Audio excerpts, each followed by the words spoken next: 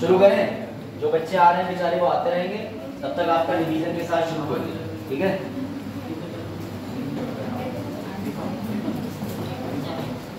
हाँ भाई, मैं ये मान के चलता हूँ 1600 कंपनी आगमन से जब मैंने पहली क्लास ली थी 1.5-2 हफ्ते पहले, तब बच्चे कोई नहीं थे, तो शुरू से एक्सप्लेन कर देता हूँ। यानी मैं मान के चलता हूँ कि कंपनी शासन आज से शुरू हो रहा है। वैसे कल मैराथन होती 3 घंटे की, लेकिन उसमें तो ऊब जाते हैं, यानी पक जाते हैं। तो हो सकता है कल भी 1.5 घंटे की एक क्लास लगे, लेकिन 1.5 घंटे की क्लास लगेगी तो टेंशन मत लेना। अगर लगी तो आ जाना हिम्मत करके पॉलिटी की, ठीक है। हाँ, अगर लगेगी तो कल क्लास तो मैं आपको अर्ली इन्फॉर्म कर दूंगा, या विमान से पता चल जाएगा। आ जाओ बेटा, 5 मिनट पहले गई थी मैं, 5 मिनट बाद। अरे अगर क्या हो गया, कैसे क्या मतलब, हमने बढ़ा ली तुमने गिरा दी, पहचान में नहीं आ रहा। अभी देख रहा हूँ उसने पढ़ने की बात दिखाना, लेकिन आज देख होगा। आओ जल्दी आओ, ठीक है। चलो भैया, क्लास में माहौल बना रहना चाहिए। टीचर ऐसे होते हैं, माहौल बना रहना। हाँ, ये तो बात सही है। वैसे बहुत लेटेस्ट जोक है मेरे पास। आओ टीचर, और कोई आ रहा तेज वेज? जैसे तुम लोग नाम उतने हल्के आते हैं, चरण पहले चलते हैं, वो बात नहीं आएगा। आ जाओ बेटा, अब आप बिल्कुल ठीक है, गुड। चलो भाई, तो सबको ये बात पता है 1600 में कंपनी बनी थी, ठीक है। कौन सी कंपनी बनी थी? East India company. इसका नाम पहले था merchant advent of towards western east. उससे हमारा कोई लेना देना नहीं, वो सब इतिहास में आपने पढ़ लिया होगा। अभी इतना जानिए, एलिजाबेथ नाम की एक लालची औरत थी, उसने ये कहा कि भैया मुझे सुनने में आया है कि पुर्तगाली, फ्रांसीसी, डच, ये जितने भी डेनिश, ये जितने भी लोग हैं, पता नहीं इन्हें ऐसी कौन सी सोने की चिड़िया मिल गई है कि ये जा रहे हैं कुल मिलाकर के किधर, ईस्ट में। और ईस्ट में जाने के बाद बहुत बड़ी मात्रा में खजाना लेके आ रहे हैं। तो क्वीन ने ये काम करने के लिए अपने यहाँ के सबसे चालाक लोग भेजे। उन चालाक लोगों के समूह का नाम था ईस्ट इंडिया कंपनी। 31 दिसंबर 1600 को एक कंपनी बनती है, और इस कंपनी की खास बात यह है बच्चों कि इस कंपनी को दिया जाता है शाही फरमान। ये लिख लेना, इस कंपनी को दिया जाता है शाही फरमान। लिखते चलिए, 1600 में कंपनी बनी, नाम था ईस्ट इंडिया कंपनी। किस क्वीन ने अनुमति दी? तो क्वीन का नाम था एलिजाबेथ प्रथम। राइटिंग साहब हो गई ना, अभी गंदी करो, ऐसा तो कोई नहीं सकता। देखो एग्जाम्पल सामने, या तो पढ़ लिख करके कुछ बन जाओ, वरना 350 रुपए मेरी तरह सामने लग जाओ, और कोई काम नहीं रहेगा। अरे सिर्फ एक ही का ही 4-5 सेंटर घेरे, ये नहीं करते। कोई बात नहीं बेटा, काम कोई छोटा बड़ा नहीं होता। चलो अपने लोग मिलकर ये रिक्शा चलाएंगे। यही तो बात है, मैंने अभी देखा चाय वाले का गल्ला बैठ रहा 3-3 हज़ार का। मैं तो कह रहा हूँ अभी कोई नई स्कीम चलानी चाहिए, चाय बनाने की स्किल कौशल कोर्स भी चलानी चाहिए। चल खैर, इस पे आ जाओ। तो भैया कंपनी निर्माण कब हुआ? 31 दिसंबर। और सुनो, वैसे तो इस क्वेश्चन का कोई मतलब नहीं है, लेकिन फिर भी ये कंपनी बनी कहाँ थी? और इस कंपनी के अंदर, जल्दी आ जाओ, बाल को जल्दी आओ। नई बच्ची तुम्हारा क्या नाम? बैठ जाओ निशा। निशा माने रात्रि निशाचर, पढ़ाई करा करो। अरे भैया पर्यावाची, यूपी पुलिस, गीदड़ का नहीं, गीदड़ का नहीं था। अरे मैं कल पढ़ रहा था किताब, उसमें लिखा था बाबू का बबुआइन।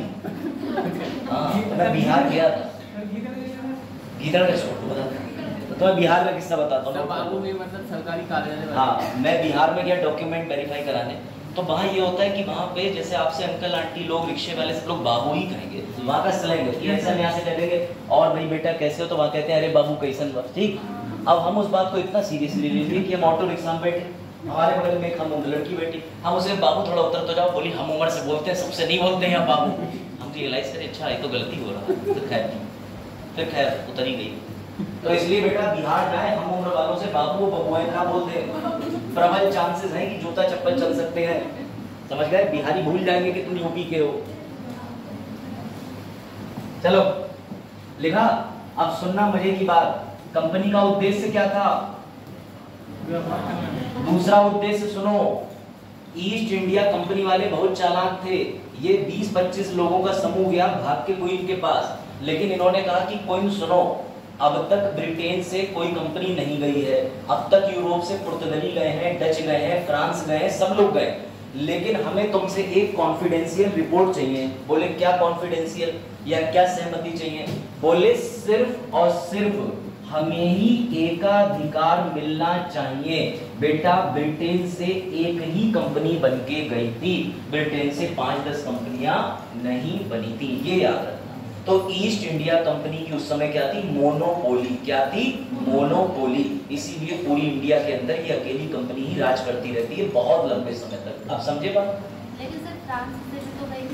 वो फ्रांस अलग था, ब्रिटेन से नहीं थे। फ्रांस यूरोप एक कॉन्टिनेंट है, जैसे एशिया, एशिया के अंदर और भी देश है, नेपाल। अब एक हाँ, ये मोनोपोली तोड़ा गया था। मैं बताता हूँ। ये मोनोपोली 1813 में तोड़ने का प्रयास करा था, तोड़ी 1833 में गई थी आगे, लेकिन अभी 1600 में कंपनी को क्या मिला है? एकाधिकार, मोनोपोली। किस चीज की मोनोपोली? कि हम सारा सामान बेचेंगे लेकिन ब्रिटेन से एक ही कंपनी बन के जाएगी। समझ गए बात को? मैं कहूंगा कि यहाँ से भैया, हाँ मतलब अपने घर से एक बंदा जाएगा। अपने घर से, गुड, अपने घर से। अरे वाह, चलो तुम तो वास्तव में थोड़ा बहुत तो दिमाग बड़ा तुम्हारा। तो समझ गए बात को? तीसरी सबसे बड़ी बात सुनना, इस कंपनी की लाइसेंस की या शाही फरमान की जो अवधि होगी वो 20 वर्ष की, 20 वर्ष का अनुमति दी थी कि जाओ 20 साल काम करो। और सुनो मजे की बात, इस कंपनी को सैनिक रखने की अनुमति भी थी, और सैनिक रखने की अनुमति बहुत कठिन होती है। सर कैसे कठिन होती है? बुद्धि लगाओ। तुम्हें इंडिया की आर्मी यूज करने को मिल जाएगी। क्या अडानी अंबानी इंडिया की आर्मी यूज कर सकते हैं? नहीं, लेकिन नरेंद्र मोदी जी यूज कर सकते हैं। तो बच्चों चीज पकड़ो, इस कंपनी में साक्षात क्वीन का पैसा लगा हुआ था, और क्वीन कौन थी? पूरे ब्रिटेन की मालिक। तो ब्रिटेन की मालिक की अनुमति से ही सैनिक रखने की भी इजाजत थी। ये बहुत बड़ी बात है। इससे ये पता चलता है कि ये जो कंपनी थी इसमें सरकार का हस्तक्षेप था। क्लियर हो गया? लेकिन सर उस टाइम जो भी कंपनी आ रही थी उसमें सरकार का हस्तक्षेप था। फ्रांस के पास भी सेना थी। फ्रांस के पास भी सेना थी, फ्रांस का भी हस्तक्षेप था। बिल्कुल ठीक बात मानते हैं। और कोई इसमें और कोई? बिल्कुल ठीक पॉइंट बताया इन्होंने, आप सही कह रहे हैं। फ्रांस की भी सेना थी, लेकिन मैं तो ब्रिटेन की पढ़ा रहा हूँ तो मैं ब्रिटेन वाली बताऊँ। ठीक है, बाकी माइक सर सकते हैं। ये हो गया, कोई दिक्कत? बड़े आ गए, इतनी बातें आ गई। अब सुनना जरा ध्यान से। अब ये सुनना, ये 1600 में ईस्ट इंडिया कंपनी आई। बाकी तुम्हें सब पता है, मसूलीपट्टनम, सूरत, 1608, जहांगीर, स्टीफन हॉकिंस, वो मेरा काम नहीं। मजे की बात सुनना, जब ये 1600 में आए तो धीरे धीरे करके ये व्यापार करते रहे, इन्हें कोई समस्या नहीं आ रही थी। लेकिन व्यापार करने के बाद में शासक बनने का विचार इनकी खोपड़िया में कैसे गया, ये समझना बहुत जरूरी है। क्योंकि व्यापारी से, अब तुम ही सोचो, तुम यहाँ पढ़ने आ रहे हो, पढ़ते पढ़ते शिक्षक बन जाओ, ऐसी कौन सी घटना हो जाए, वो भी यहीं पढ़ाने लगो। तो ये सोचने की बात है कि नहीं, ये भारत में व्यापार करने आए थे और अभी देखना भारत में शासन करेंगे। तो बेटा इनका नसीब बहुत बढ़िया था। कैसे बहुत बढ़िया था? क्योंकि जब ये भारत के अंदर आए थे तो भारत में उस समय चल रहा था मध्यकालीन, मिडिवल हिस्ट्री। और मिडिवल हिस्ट्री में दो ही लोग सबसे इंपॉर्टेंट थे, मुगल वंश थे और कुछ ऐसे शासक थे जो स्थायी शासक थे, वो भी छोड़ दो। कुल मिलाकर के मध्यकालीन भारत को मुगल या फिर मुस्लिम पूरा कालखंड बोला जाता है। इस समय पर मुस्लिम्स इतने स्ट्रांग थे और सबसे ज्यादा मजबूत इनमें से खतरनाक आदमी था, वो था औरंगजेब। ये औरंगजेब इतना नालायक था कि ये ईस्ट इंडिया कंपनी को औकात से रखता था। आपको पता है ना कि अकबर के समय पर कंपनी बनी थी, उसके बाद जहांगीर से अनुमति ली थी। तो ये मुगलियों से अनुमति ले लगा करके क्या करने आए थे? व्यापार। लेकिन इनमें औरंगजेब इन्हें औकात से रखता था। औरंगजेब इतना खतरनाक था कि इनके जहाज को डुबोए रहता था बेमतलब। जैसे उसका मन है आओ कुछ खेलें तो इनका एक जहाज डुबो दिया कहीं कोने में, ये कुछ नहीं कर पाते थे। इनको औकात से रखने का काम औरंगजेब को पता था। अब ये औरंगजेब के मारे डरे डरे रहते थे, जब औरंगजेब का नाम सुने इनका गला सूख जाए। लेकिन बेटा 1707 में औरंगजेब की हो जाती है मृत्यु, और जैसी औरंगजेब की मृत्यु होती है ये दिवाली मना लेते हैं। सर मुस्लिमों की दिवाली, क्या ही फर्क पड़ रहा है, औरंगजेब तो मर ही गया। तो भैया ये समझिए कि उस समय पर पूरा इनके लिए फेस्टिवल सीजन हो जाता है कि अब औरंगजेब मर गया, अब हम अपना व्यापार कितना भी खुल के करेंगे। और औरंगजेब के अंदर एक खासियत और थी, समझना मनीषा, औरंगजेब पूरे भारत को बांध के रखा हुआ था। जैसे औरंगजेब की मृत्यु हुई वैसे ही बंगाल के अंदर एक आदमी बैठा हुआ था, उसका नाम था मुर्शिद कुली खान। इस मुर्शिद कुली खान का असली नाम जानते हो? सूर्य नारायण मिश्रा। हमेशा बताता हूँ ये कन्वर्टेड था, ठीक है सर, दूर आकर में जान सकते। अरे मतलब अब कन्वर्जन नहीं हो रहे हैं, लेकिन उस समय तेज हो रहे थे। तो मुर्शिद कुली खान जो था, बेटा समझिएगा, आओ बेटा जल्दी आओ। मुर्शिद कुली खान, एक प्रश्न है, प्रश्न, औरंगजेब की मृत्यु के बाद ऐसा कौन सा पहला शासक था जिसने खुद को स्वतंत्र घोषित कर लिया? मुर्शिद कुली खान, बंगाल का शासक। आ जाओ जल्दी आओ। और कोई रह गया? कम पड़ेगी स्टैंड, एक मजबूर बैठा ले। देखो इधर समझना बात को, समझो, बातें मत करो आपस में। इधर पीछे नहीं बच्ची, देखना क्या हुआ। मजदूर पैसे मांगेंगे, मैं डाल देंगे। ये बात तो सही है। चलिए देखिए, आपका नाम, आप तो ये तो कराएंगे, क्या नाम है आपका? खुशबू है? ठीक, खुशबू सर, हाँ खुशबू नाम है ना? हाँ बोलो, हाँ कॉन्फिडेंस, हाँ बोलो, बात ही करना नहीं आती टीचर से, प्यार से बात करते। हाँ है नाम, बोलो तो।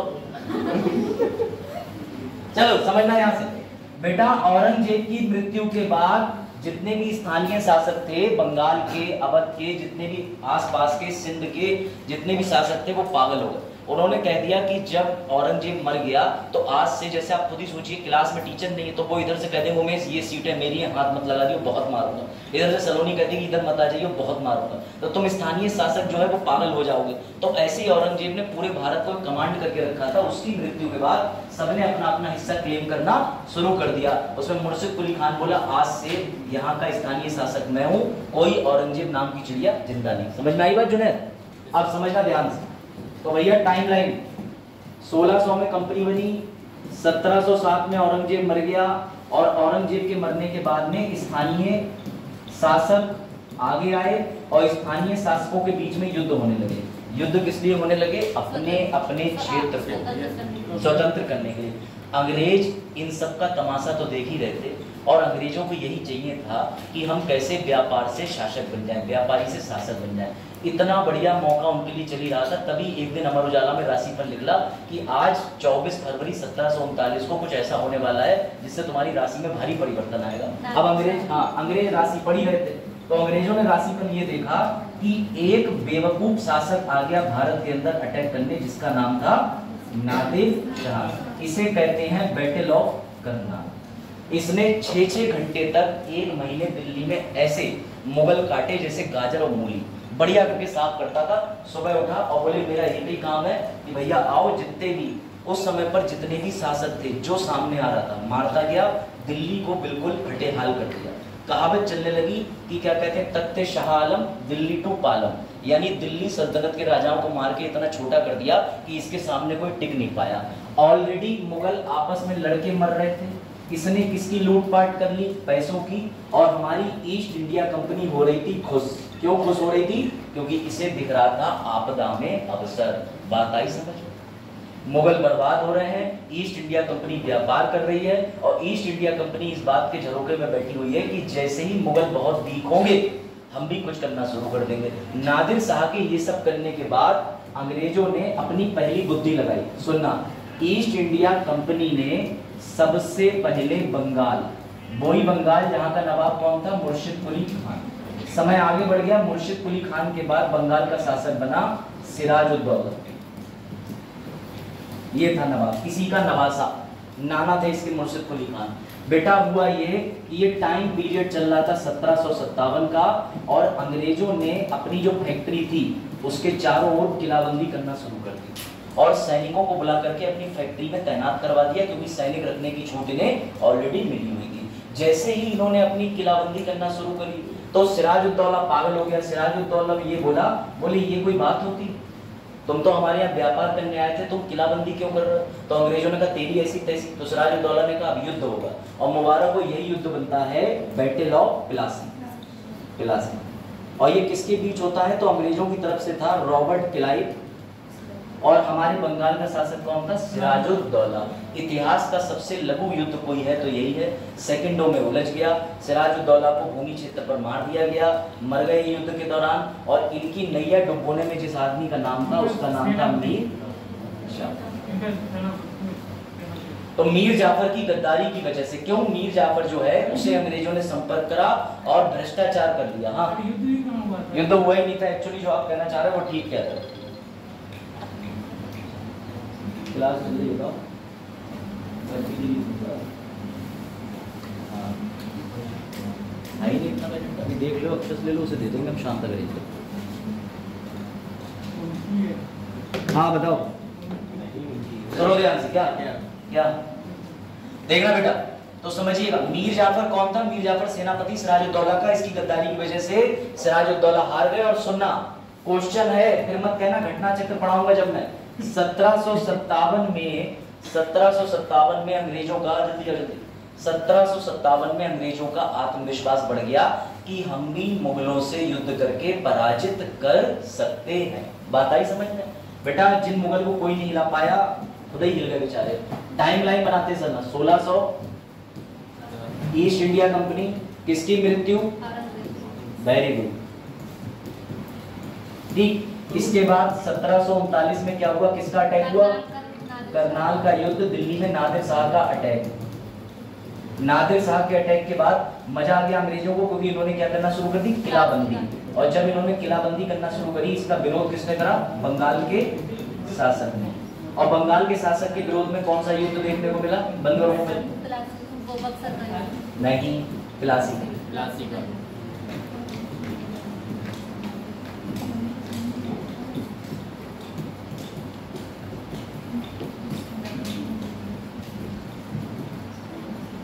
कोई दिक्कत? ये टाइमलाइन आपको याद होनी चाहिए, ऐसे ही आपसे आंसर बन जाएगा मेंस का। मजा आ रहा है हिस्ट्री में? एक डेमो देकर ठीक है। 1757 तक समझ में आ गया? कोई दिक्कत? बेटा तुम लेट कैसे हो गई? ऑटो वाले ने जान पूछ, ट्रेन से? नहीं सर, देर से निकले, मम्मी कहीं पराठा खाई क्या? बढ़ के खा गई। चलो हमारे घर भी होता, लेकिन फिर मैं बाइक पराठा रोल करते हुए खाता। पराठा बन जाता कभी कभी, पराठा बन जाता है। हमारे घर में तुम्हारी तरह है नहीं सवेरी 300 ml इधर से नपा, 200 इधर से नपा। देखा जाए दूध? हाँ यही बात कह रहा हूँ, स्लोली समझ के। आप पीछे वाले तुम दोनों बच्चों, बेटा थोड़ा सा पैक कर लो, जुएं ट्रांसफर हो जाएंगे। क्या थोड़ा इधर जाओ, ऐसे ही रहते हो? अच्छा जुएं नहीं नीचे विलुप्त हो गए। आ जाओ जल्दी आओ। 5 मिनट पहले की बात, 14 मिनट विलंब से। बैठो पूजा, आप फिर से स्टोरी रिपीट कर देना एक बार। बैठ जाओ, शायद समझना। इतनी सीटें खाली है, अच्छा हुआ तुम लोग रोडवेज में सफर नहीं कर रहे, मारकाट हो जाती है। चलिए कोई बात नहीं, बेचारा जो है सही लड़का पीछे चला गया, बोले मैं पीछे ही चला जाऊं। कोई और लड़की आ गई, कहीं तुम्हें शर्म नहीं आती? 2 लड़कियां बैठी, पीछे जाओ। चलो देखो पूजा देखना, 1600 में कंपनी आई थी व्यापार करने, मौका मिल गया क्योंकि औरंगजेब मर गया, स्थानीय युद्ध शुरू हो गए, उससे भी बड़ा फायदा मिल गया। करनाल के युद्ध में नादिर शाह का अटैक, उसके बाद नादिर शाह के अटैक के बाद मुगल पैसे से भी कमजोर हो गए, लेबर से भी कमजोर हो गए। तो मजे की बात ये थी कि ऐसे में इन्होंने क्या करा, ईस्ट इंडिया कंपनी ने बंगाल में अपने किले के चारों ओर फैक्ट्री के अंदर फोर्टिफिकेशन, किलाबंदी करना शुरू कर दी।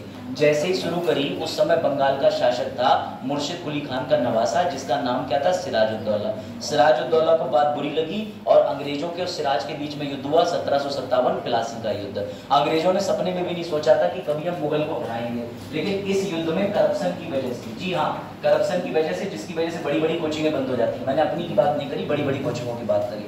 तो करप्शन के चक्कर में देश बर्बाद हो जाता है। यहाँ पर क्या हुआ कि सिराजुद्दौला का सेनापति था मीर जाफर। मीर जाफर एक नंबर का घटिया आदमी था। उसने अंग्रेजों से पैसा ले लिया, अंग्रेजों ने कहा तुम्हें गद्दी पे बैठा लेंगे, और उसने 30,000 की सेना मुट्ठी भर लोगों से अंग्रेज के हरवा दी। ये ध्यान रखना। इसी के बाद में 1757 का युद्ध जीतने के बाद ईस्ट इंडिया कंपनी का बढ़ गया आत्म, ये है।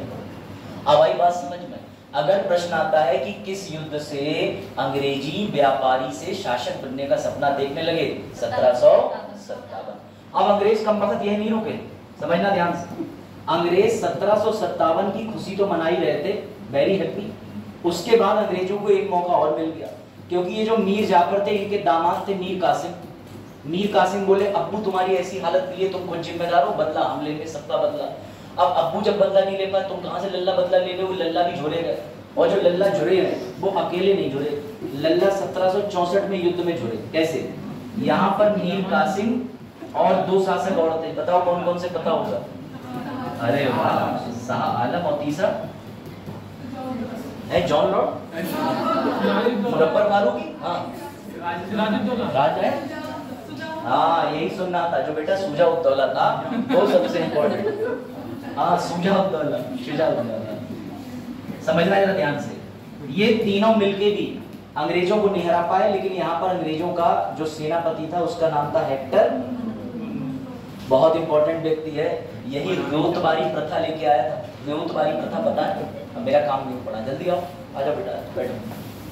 तो ध्यान से सुनना, अंग्रेजों ने पहला युद्ध जीता तो उनका बड़ा आत्मविश्वास।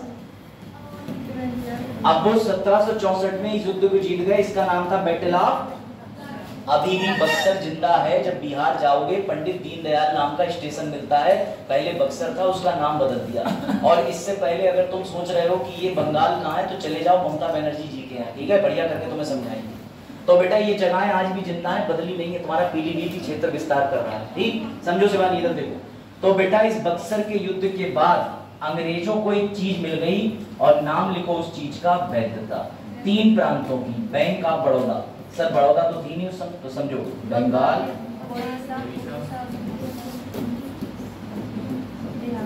इन तीनों जगह से टैक्स वसूलने का अधिकार मिल गया। अब मान के चलिए अभी कोऑर्डिनेटर सर है, वो तुमसे कोई फीस नहीं ले रहा है, अब उधर फीस चार्ज करने लगे 10 रुपया। अब कोऑर्डिनेटर सर जो किसी युद्ध में हार जाए तो पैसा हम ही वसूलेंगे ना, या उनको जो हरा देगा युद्ध में। मतलब समझने की बात है, यहाँ कोई युद्ध की बात नहीं हो रही है। अब आप ही अपने मोहल्ले में देख लीजिए, म्युनिसिपैलिटी वगैरह वाले चुनाव लड़ते हैं लोग, वार्ड मेंबर होता है, वार्ड मेंबर के पास क्या है, वैधता है, तभी तो म्युनिसिपैलिटी टैक्स वगैरह या किसी काम को करने का अधिकार मिला है। ये वैधता मिल गई अंग्रेजों को। कैसे मिल गई ये वैधता? क्योंकि अंग्रेजों ने तीनों एरिया के, तीनों क्षेत्र के शासकों को भूपट हरा दिया था। तो भैया समझ गए, शुजा-उद-दौला सूझ गए, शाह आलम की शाही सब निकल गई, 50 लाख रुपया ले लिया, 26 लाख की पेंशन पे दे दिया। और इसी 1764 के युद्ध में आपने 2 संधि पढ़ी होगी, इलाहाबाद की संधि, संधि नंबर 1, संधि नंबर 2। अब आया समझ में? चलो टाइमलाइन बनाओ, टाइमलाइन। सर बात बात पर टाइमलाइन बनवा रहा है सर। हाँ टाइमलाइन ऐसे देखो, 1600 में कौन आया? कौन मर गया 1760 में? 1739 में किसने अटैक करा? इसे कौन सा बैटल कहते हैं? 1739 के बाद 1757 में कौन सा युद्ध हुआ? 1764 में। सर आपने ये दोनों युद्ध अलग क्यों रखे? क्योंकि इन दोनों युद्ध का निर्णय ये था, ईस्ट इंडिया कंपनी और अपने इंडिया के अंदर जो नवाब थे, नवाबजादे, ठीक है, जीरो, यानी दोनों युद्ध कौन जीत गया? East India company. ऐसी टाइमलाइन बार बार बना के रिवाइज करते रहना। और 1764 में अंग्रेजों को एक बहुत बड़ी चीज मिल गई, जिसे बोलते हैं वो भी ठीक है, लेजिटिमेसी, वैधता। इसका एग्जांपल हर बार देता हूँ, फिर दिए दे रहा हूँ। पुलिस वाला चालान वसूले तो दे देते हो, अभी रास्ते में कोई गुंडा मिल जाए और कह दे 200 रुपए निकाल, तो उसे मार के भगा दोगे। क्यों? क्योंकि उस गुंडे के पास क्या नहीं है? लेजिटिमेसी, वैधता। अंग्रेजों ने 1764 के युद्ध के बाद, अब तक टैक्स देते थे, अब टैक्स लेने लगे कि अगर हमारे क्षेत्र में काम करना है तो भैया पैसा तो देवे करोगे। समझ गए बात? इतनी चीज में कोई डाउट? तो सर यहाँ तक की मनोरम कहानी सुनने के बाद हमें तो कहीं से कहीं नहीं लग रहा कि आप पॉलिटी पढ़ा रहे हो। क्यों? क्योंकि ईस्ट इंडिया कंपनी पर नियंत्रण की जगह आपने बेचारे सूजा को सुझवा दिया और जाने क्या क्या करवा दिया। अब देखो तुम मजे की बात, किसके फोन में ये रेलवे वाला अलार्म बज रहा? बंद करो, एनटीपीसी आएगा। हाँ कोई बात नहीं। देखो इधर 1764 के युद्ध तक अंग्रेज बन चुके थे व्यापारी से शासक। सुनना मजे की बात, इधर बगल में एक और भी बैठा हुआ था जिसका नाम था क्वीन के रिश्तेदार। सर क्वीन के रिश्तेदार क्यों? बेटा ईस्ट इंडिया कंपनी कब बनी थी? अब कौन सा साल चल रहा था? कितने साल होते हैं? तुम में से अगर कोई अपने दोस्त को 10 रुपए उधार दे दे 25वें दिन, तुम्हें हल्के से हार्ट अटैक आने लगता है, कब देगा कब देगा कब देगा। 164 साल कंपनी बनने के बाद में आज तक कंपनी के जितने भी मालिक बैठे थे, उनके दादा पोते के बाद में लोग आ गए थे, वो बेचारे भीख मांग रहे थे कि कहाँ है कंपनी, और कंपनी मजे से पैसा जोड़ने पे लगी थी। आपको पता है मजे की बात, कहा जाता है कि रॉबर्ट क्लाइव उस समय का वर्ल्ड का सबसे रिचेस्ट आदमी बन गया था वही रॉबर्ट क्लाइव जो 1757 के प्लासी के युद्ध में बात जाओ। वही रॉबर्ट क्लाइव जिसने 1757 के अंदर प्लासी के युद्ध में सिराजुद्दौला को हराया था। ये विश्व का सबसे अमीर आदमी बन गया। अब तुम खुद सोचो, तुम्हारा पड़ोसी जो कंडे उठा के 3 रुपए में बेचता था, अचानक घर के बाद मर्सिडीज आ जाए तो शक होगा कि नहीं होगा? सर मर्सिडीज छोड़ो, हीरो होंडा ही आ जाए तो भी शक हो जाएगा हमें। ठीक, आप सुनना ध्यान से बेटा। क्वीन ने आदेश दिया संसद को और संसद से बोला कि जरा तुम जांच तो करो और जांच करके ये बताओ ये ईस्ट इंडिया कंपनी 164 साल में हमें कोई पैसा तो दी नहीं है, ये कर क्या रही है? तो बेटा अंग्रेज भेजते हैं अपनी तरफ से एक व्यक्ति को और वो व्यक्ति एक आदेश लेके जाता है क्वीन का और क्वीन का आदेश पढ़ के सुनाता है ईस्ट इंडिया कंपनी को कि क्वीन ने ये कहा है हमें चाहिए पैसे का हिसाब प्लस यह बताओ कि भविष्य में कितना पैसा दोगे। तो ईस्ट इंडिया कंपनी जो 1600 में बनी थी, टाइम है 1764 का, ईस्ट इंडिया कंपनी रोने लगी। अगर रोने लगी तो क्यों रोने लगी समझना। ईस्ट इंडिया कंपनी इतनी नालायक पैसा देगी जिसपे 164 साल का इतना पैसा जमा हो गया, तुम्हारे पास में पैसा आ जाए और तुम्हारा कोई दोस्त अपना हिसाब मांगे, नियत बिगड़ जाए तो दोगे पैसा? अरे सर दोस्त ने 10 साल से नहीं मांगा, अब काहे मांग रहा है? नहीं देंगे, ऐसा हो जाता है। पैसा ही रिश्ते खराब करता है। तो देखो समझना ध्यान से, जब यहाँ पर ईस्ट इंडिया कंपनी से पूछा तो ईस्ट इंडिया कंपनी बोली कि तुम्हें पैसा तो दिख रहा है लेकिन तुम्हें दुख नहीं दिख रहा है। समझना ध्यान से दोनों लोग, दुख ये है कि तुम्हें नहीं पता, यशु समझना, इधर ध्यान दो। इधर 1739 में किसका अटैक हुआ था? बोले वो ईस्ट इंडिया कंपनी को लूट के ले गया। बोले उसके बाद हमने 1757 और 1764 के अंदर 2 युद्ध लड़े और बोले युद्ध लड़ना कोई छोटी बात है, कितना पैसा खर्च होता है। हमने बड़ी मुश्किल से मेहनत से ईंटा पत्थर जोड़ के लोगों की तरह एक एक किला खड़ा करा और एक दिन अचानक नादिर शाह आया, एक दिन सीजा उद्दौला वही सिराज उद्दौला, एक दिन सूजे उद्दौला आए। तो बोले जितने भी उद्दौला आए सबने हमारी दौलत पे काबिज करके हमें लूट के ले गए। तो ईस्ट इंडिया कंपनी ने अपनी गवाही दे दी। बोले और हमने तुम्हारा नाम बहुत ऊंचा करा। तो क्वीन बोली हमारा नाम ऊंचा करा? बोले कैसे? बोले मैडम 1769 से लेके 1773 के बीच में, ध्यान से सुनना, अंग्रेजों ने बहुत ज्यादा टैक्स दान कर दिया और आगे तक। बोले 1764 के आसपास में बंगाल के अंदर एक आपदा फैली थी, फेमाइन, और बोले इस फेमाइन में हमने जीसस के नाम पे इतना दान करा कि मैडम आपके बच्चे जो हैं वो भी दुआएं लेके पैदा होंगे। अब क्वीन बोली वाह क्या मामू बनाया मुझे, पैसा दे नहीं रहे हैं, ऊपर से कह रहा है युद्ध में पैसा खत्म हो गया, सब कुछ लुट गया, और मजे की बात इतना दुखड़ा तो तुम्हारा दोस्त रो ही रहा है। और साथ में इन्होंने क्वीन से कहा मैडम हमारी एक रिक्वेस्ट और है। बोले मैडम हमें 1 मिलियन पाउंड का लोन और दे दो। अब क्वीन पे क्या बीती हो, सोचो तुम अपनी सहेली के पास गए, तुमने कहा मेरे 100 रुपए कब दे रही हो? तो सहेली कह रही 100 रुपए तो खर्च हो गए, तेरे नाम पे मंदिर माता वैष्णो देवी में जाकर के दान कर दिए, पलक गई थी अभी तो पलक पे जो ठीक। उसके बाद क्या हुआ कि रास्ते में आ रही थी तो चप्पल की बद्दी टूट गई, उसमें जुड़वाने में 20 रुपया चला गया। फिर मैं रास्ते से आ रही थी, टमटम भी हो गया। अब एक काम कर, तू तो ठीक ठाक दिख रही है, जरा 200 रुपया और उधार देना। तो दोस्त कहेगा 100 रुपया तो ले लिया, 200 रुपया और उधार मांग रहा। तो बेटा क्वीन की और संसद की दिमाग की लीड। अब क्वीन और संसद बोले कि अगर हमने पैसा दे दिया तो ये पैसा फिर से पी जाएंगे, इसलिए अब यहाँ पर एक तरफ थी संसद, साथ में क्वीन, और दूसरे तरफ थे चालाक चोटे जिनका नाम था ईस्ट इंडिया कंपनी। ठीक, अब मैं तुमसे एक सवाल पूछता हूँ, बड़ा मजा आएगा। ठीक, बहुत मजा आएगा, पुराने बच्चे जानते हैं, नए भी जानते हैं, चेंज करते हैं। आप मुझे ये बताइए भारत में, ठीक है आप बताइए, सौम्या नाम है ना आपका या आशा? सौम्या बंदर का, आप गई आपने देखा एक बंदर भैया इनके छत से जो है सामान ले जा रहा था, इन्हें चक्कू लिया बंदर के पेट में भोंक दिया, इनको कोई सजा क्यों नहीं हुई? बताओ कोई सजा क्यों नहीं हुई? अगली ने जिंदा बंदर मार दिया और कह रही थी, मम्मी ने ये भी कही थी बंदर में दिल नहीं होता, देखा ही निकल तो आया, फेफड़े भी आता। इन्होंने जिंदा बंदर मार दिया छत पे, अच्छा खासा स्वस्थ बंदर, हेल्थी बंदर 55 किलो का। अब मुझे ये बताओ, अरे भैया बंदरों का भी औसत वजन होता है, पर्यावरण पढ़ रहे हो ना तुम लोग? हाँ। तो भैया बताओ इन्हें बंदर मारने पर सजा क्यों नहीं? हाँ क्यों नहीं? अरे सोचो, अच्छा तुमने चूहे तो मारे ही होंगे, चूहे हुए मारे कि नहीं हॉस्टल में? सर चप्पल फेंक के हम छपकली मारते हैं, चूहा तो बहुत मारती है चूहे को। हाँ, मैं इंसान मारने की बात नहीं कर रहा हूँ। भाई तुम में कोई हाथ खड़ा कर दे, हमने जिंदा आदमी को गाड़ी चढ़ा दी, ठीक है। अगर आप लोगों ने कभी छिपकली, बंदर, सांप, बिच्छू मार दिया हो तो आपको कोई सजा क्यों नहीं होती? भारत में जानवर की हत्या या जानवर तुम्हारी हत्या कर दे तो कभी तुमने देखा गाय को धारा 302 के अंदर जो है हवालात में बंद करा? क्योंकि भारत में कानून है ही नहीं।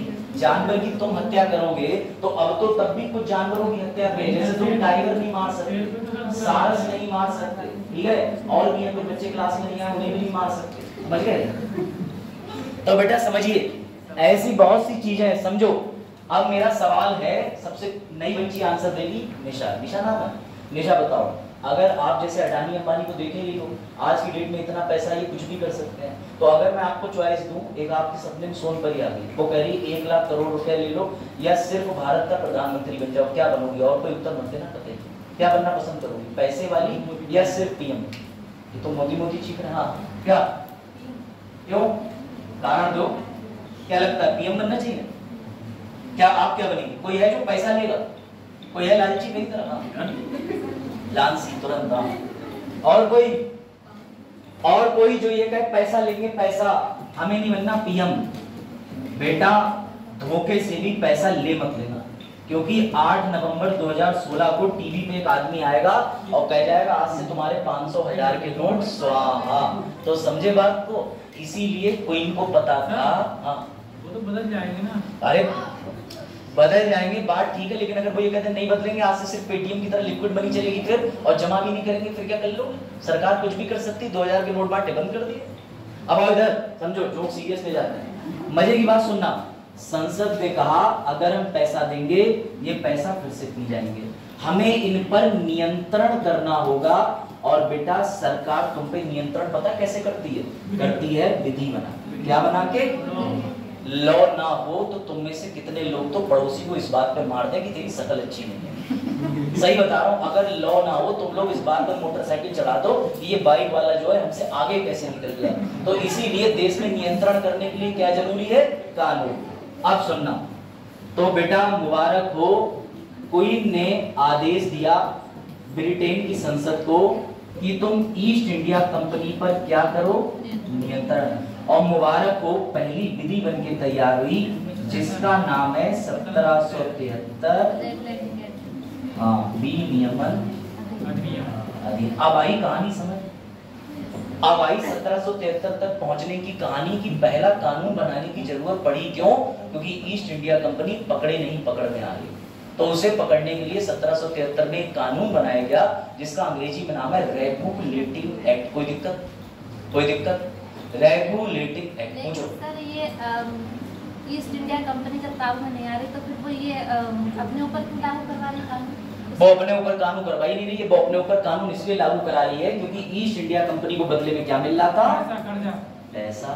अब समझिए बेटा, और सुनो, इसी लेन देन को एक हाथ दे एक हाथ ले को यूपीएससी कहता है क्विड प्रो क्यो। लिख लो, यूपीएससी कल को पूछ लेगा, प्रीलिम्स में, मेंस में डाल देगा, एक्सप्लेन क्विड प्रो क्यो ऑफ 1773। तब तुम कहोगे यार देखा मार्स से क्वेश्चन आ रहे हैं, मार्स से नहीं आ रहे हैं, यहीं से आ रहे हैं। अच्छी किताबों में लिखा होता है क्विड प्रो क्यो, सर एनसीईआरटी में नहीं लिखा, हम तो सिर्फ वही पढ़ते हैं। हाँ, टाइमलाइन बनवा दूंगा, ये बनवा, पहले ये लिख लो क्विड प्रो क्यो, फिर टाइमलाइन एक और बनवा। कहां से? रिश्तेदार भी थे? अच्छा, रिश्तेदारों से। पहले इसको लिख लीजिए, लिख लिया? क्विड प्रो क्यो लिखना है। अरे यार थोड़े से दर्शन तो कर लो कि तुम्हारे टीचर ने तुम्हें पूरी कहानी सुनाई है, उसके लिए क्रिएटिव तरीके से था भी मेरे पास, ठीक है? और this is business. East India company करने क्या आई थी? बिजनेस करने। अब जरा इसको एक बार पढ़ लीजिए ताकि आपको किसी भी तरीके से कोई डाउट ना रहे। पढ़ो। क्या हटा दूं? ये कैमरा, इसे हटा दिया, 2000 रुपए नहीं मिले। देखो तो मैं हटा सकता हूँ क्लास से, नहीं हटाऊं? चलिए पढ़िए। 1707 में औरंगजेब की मृत्यु के बाद मुगल साम्राज्य का तेजी से पतन, डाउनफॉल, इंग्लिश वालों शुरू हो गया, जिसने महान मुगलों, महान कथा नहीं, क्यों ये शब्द लिख देते? रुक जाओ, गलत हो गया, रुक जाओ, काट। कभी हमने पढ़ा कि अकबर द ग्रेट, कभी हो जाता मुगल महान थे। भैया क्यों महान थे? हाँ, चलो, मुगलों और बाद में मुगलों के बीच का अंतर माना जाता है, बाद के मुगल लेटर अपने पूर्ववर्तियों की तुलना में कम प्रभावशाली क्या है, मिस्टर इंडिया चल रहा है। अरे सीधी बात, युद्ध लड़ने में एकदम लुंजी पुंजी थे, वो थे नहीं बहादुर शाह जफर जो किले में थे नई दिल्ली में, जब उनके पास में गए 1857 में, उनसे तलवार ही नहीं उठी, बोले आया मैं बेचारे गाल किए हैं, तो बोले तुम तो रहते हो। अगर उन्हें लीडर नहीं बनाया जाता तो 1857 में ही क्रांति मिल जाती, लेकिन उन्हें इसलिए बनाने चले गए, बोले मुगल हो, कुछ तो तुम्हारे खून में बात होगी। देखो बेटा, 2-4 शासक इनमें ढंग के थे, बाकी सब मुगल ऐसे थे। चलो देखो, उसके बाद राजवंश के अंतिम पतन में योगदान दिया, समझ गए बात, सिद्ध हो गई। अब आओ आगे। अब ये देखो, सबसे पहले किसने घोषणा कर दी, तो भैया यही मुर्शिद कुली खानवान ने, इसे भी छोड़ो। ये देखो स्थानीय शासन, औरंगजेब मरा, स्थानीय युद्ध होना शुरू। ये कह रहे हमारी जगह, ये तानपुरा लेके इनकी जगह, ये इनकी जगह। ठीक, मुर्शिद कुली खान, पढ़ो रे असली नाम सूर्य नारायण मिश्रा, बहुत जरूरी है, मिश्रा लोग ज्यादा कन्वर्ट हो रहा। कोई बात नहीं बेटा, मैं रिश्तेदार थोड़ी हूँ सूर्य नारायण मिश्रा, मैं होता तो यहाँ पढ़ा रहा होता, अब तो मेरे घर चल रहा होता निजी, समझ रहे हो, जैसे सैफ अली खान, भैया नवाब पटौदी, करीना कपूर ऐसी थोड़ी ना खान बनी। चलो, ये तो पता ही है ना कि कहाँ से आए थे, Vasco da Gama, Cape of Good Hope से, बहुत बढ़िया सर, ये हमने खूब पढ़ लिया। इस क्रम में आए थे, हम इसको पढ़ रहे, इंग्लिश मतलब ब्रिटिश। चलो भैया, कंपनी बनी, शासन हुआ, साम्राज्य हुआ, बहुत कवर कर लिया, आगे बढ़ो। हाँ, किताब का नाम है, जिसे ये लग रहा है कि कौन सी किताब यूपीएससी पढ़नी, ले मत लेना, 1.5 लाख की किताब है, ले मत लेना, बस दिखा रहा हूँ कि यूपीएससी 1.5 लाख की किताब का एक सवाल डाल देती है, वो हिलेगा नहीं, तुम कहोगे हमें हिस्ट्री समझ नहीं आ रही, तुम्हारी गलती नहीं है, बहुत ऊंचे लेवल पे हिस्टोरियंस की बुक्स रेफर करी जाती हैं, एक का सवाल आपको छोड़ना ही होता है। मैं भी पॉलिटी का टीचर होकर यूपीएससी के सारे सवाल हल नहीं कर सकता, अगर मैंने कर लिए तो बस समझ क्या हो गया काम, फिर तो यूपीएससी वाले ले जाएंगे उठा के, कहाँ से नकल से पेपर चुराएगा। तो बेटा सारे आप सवाल नहीं कर सकते, ये बात पॉसिबिलिटी याद रखना।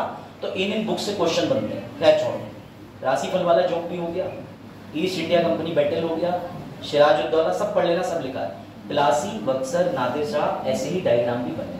अभी आगे लेके चलते हैं, तो ठीक है, नादिर शाह का अटैक हो गया, भी हो गया, भी हो गया, लेजिटिमेसी मिल गई, भी समझा दिया। चलो आगे चलते हैं, 1773 की विशेषताएं पढ़ते हैं कि उसमें विशेषताएं क्या क्या थी। लिखो, हेडिंग डालो, मेरे साथ लिखते चलिएगा, अलग से कुछ नहीं बोलूंगा।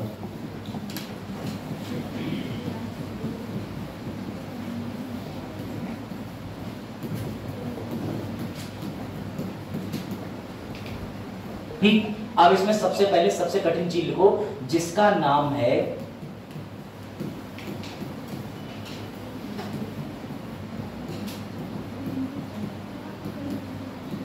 इंग्लिश वालों, आप भी लिख लीजिएगा, सेंट्रलाइजेशन। समझाता हूं क्या है। देखो, एक्ट लिखने में मजा है, पीडीएफ पढ़ने में मजा नहीं। लिख के जो पढ़ाने में मजा है एक्ट का, वो नहीं है। बाकी सारे पोर्शन तो पीडीएफ से पढ़ा देते हो, लेकिन लिख के इसका जो पढ़ाने में मजा तभी मजा आता है ना रिफा। तो रिफा कैसे आई आप? ऑटो से, ट्रेन से? अब ट्रेन चल रही, अच्छा हो गया। करण तो बता रहे थे कि हिरन के झुंड भी दिखते हैं इधर से जाओ, इंसान तो नहीं देख लिए थे तुमने? हिरन लग रहा है वो तो रोज देखती हो? रोज देखने से तुम्हारा क्या मतलब है? इतने दिन क्लास हमारी तो नहीं थी। किस टीचर के लिए कह रही है? चलो अब सुनो ध्यान से, केंद्रीकरण क्या है, केंद्रीकरण समझ लीजिए। ठीक, पहले भैया 3 ही प्रांत थे, समझ लो, बंगाल, बंबई, मद्रास। ठीक, बाकी इधर सिंध कश्मीर की बात नहीं कर रहा। अभी मैं आपको 3 प्रांत नक्शे दिखा रहा हूं कि ये जो भारत के नक्शे की सम्मान के साथ अभी सिर्फ एक फिगर बनाया मैंने एक्सप्लेन करने के लिए। बिल्कुल भी भारत का नक्शा ओरिजिनल ऐसा मत बनाना, बहुत अच्छा बना लोगे तुम।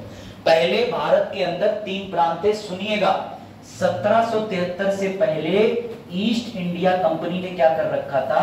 फैक्ट्री इधर लगाई, फैक्ट्री इधर लगाई, फैक्ट्री इधर लगाई। अंग्रेजों ने फैक्ट्री इन समुद्री तट के इलाकों की तरफ क्यों लगाई? ये तो तुमने ज्योग्राफी में पढ़ी लिया होगा, क्योंकि नाव पे सामान लोड करा और अपनी नैया भगाए ले गए। तो इसलिए कहाँ बनाएंगे अपनी फैक्ट्रियां? जहां पर बंदरगाह होगा। बुद्धि की बात है कि नहीं भाई? जाहिर सी बात है, तुम मकान वहां बनाओगे जहां पे आसपास लोग रहते हो। ऐसी जगह थोड़ी पीलीभीत टाइगर रिजर्व में घुस के बना लोगे जहां शेर और एक का आ जाए हाई करने। तो समझो बात को, इन जगहों पे हुआ करते थे गवर्नर। कौन हुआ करते थे? गवर्नर। ध्यान से सुनना, इन जगहों पे कौन होते थे? गवर्नर। ये किसके होते थे? East India company. किसके होते थे? इतनी बात आ रही समझ में? बहुत ध्यान से समझना वरना भटक जाओगे। सबसे इंपॉर्टेंट केंद्रीकरण समझना होता है। इस पर अकेला क्वेश्चन बनता है कि केंद्रीकरण क्या है। सुनना ध्यान से। ईस्ट इंडिया कंपनी के गवर्नर पर 2 शक्तियां होती थी। शक्तियों के नाम भी लिख लो। और विधायक। Very good. इस पे भी 2 शक्तियां होती थी। इस पे भी 2 शक्तियां होती थी, का और बा। समझ गए? एक ही बात। कौन कौन सी शक्तियां होती थी? कार्यपालिका, विधायी। समझना, मद्रास के लिए गवर्नर नियम भी खुद बनाता था, लागू खुद करता था। सोचो, अभी डीएम साहब सिर्फ और सिर्फ नियम का पालन कर रहे हैं और योगी जी क्या कर रहे हैं? नियम बना रहे हैं। लेकिन सोच के देखो कि डीएम नियम खुद भी बनाए और खुद भी पालन करे, कितना खतरनाक रहा होगा। गवर्नर से खतरनाक पद उस जमाने में कोई होता नहीं था। गवर्नर का मतलब सीधे सीधे उस राज्य का माई बाप। ये बात आई समझ में? अब ईस्ट इंडिया कंपनी, पहले आप इसको बना लीजिए। अगर आप इसको बनाने का मतलब ये है कि ऐसा डाइवर्सिफिकेशन कर लीजिए। आप ऐसे भी बना सकते हैं, कुछ लोग ऐसे ही बनाते हैं, 1 2 3। लेकिन मेरी राय है आप ऐसे बनाए चाहे ऐसे बनाए। हाँ भाई, अरे तुमसे नक्शा बढ़िया, हमारा ले लीजिए। मैं तो ऐसा लग रहा है कबूतर का एक पर ही चिपका दिया। कोई बात नहीं, बनाओ बाकी लोग बनाओ। Art competition by classes by Abhishek sir.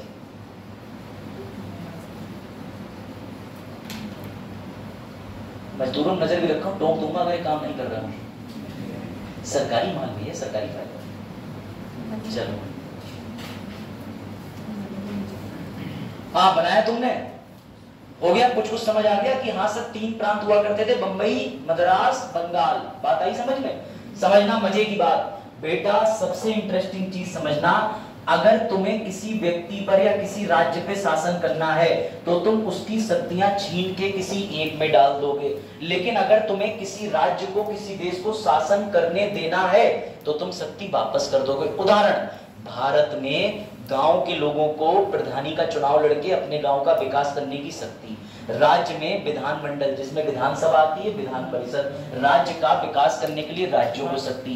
और अंत में केंद्र भी बैठा है पूरे भारत का विकास करने के लिए। तो भारत में 3 स्तरीय सरकार चलती है, केंद्र, राज्य, लोकल या फिर नगर निकाय। इसका मतलब है सर कि भारत में विकेंद्रीकरण है। विकेंद्रीकरण का मतलब जब शक्तियां भारत में लोगों के बीच में बांट दी जाए। लेकिन इसका उल्टा, अब तुम पर अगर चीन कब्जा करना चाहे तो चीन तुम्हारे गांव के लोगों में शक्ति छोड़ेगा? राज्य में शक्ति छोड़ेगा? वो तो सारी शक्ति उठा करके किसी एक आदमी में डाल देगा। तो याद रखना, जब किसी भी देश, किसी भी राज्य की सारी शक्तियां किसी एक यानी सिर्फ केंद्र में समाहित हो तो केंद्रीकरण, लेकिन सिर्फ केंद्र में ना हो विकेंद्रीकरण। अब बताओ, भारत में विकेंद्रीकरण है या केंद्रीकरण?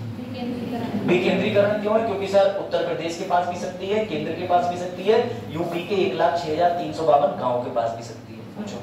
जैसे साउथ कोरिया में किंगडम है, मतलब वो तो एक ही बात है, उसकी सब शक्ति वो ये केंद्रीकरण की तरफ बढ़ावा देता है, लेकिन उससे हमारा लेना देना नहीं। बिल्कुल सही कह रहे हो, बिल्कुल सही कह रहे हो। ठीक, जो सवाल पूछना चाह रहे हो वो आप पूछना भी, ये समझा तुम? चलो समझना बेटा।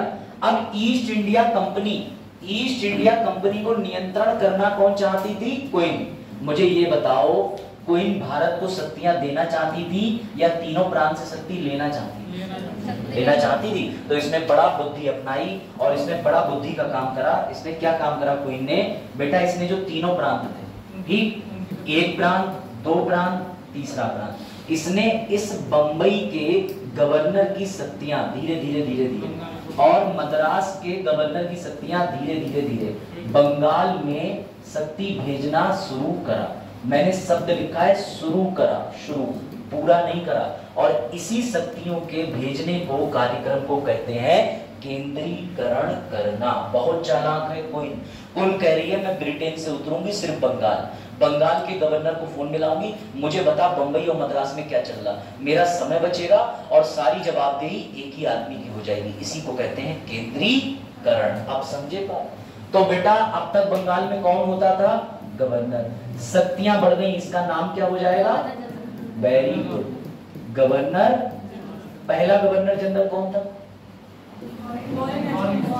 Warren Hasting.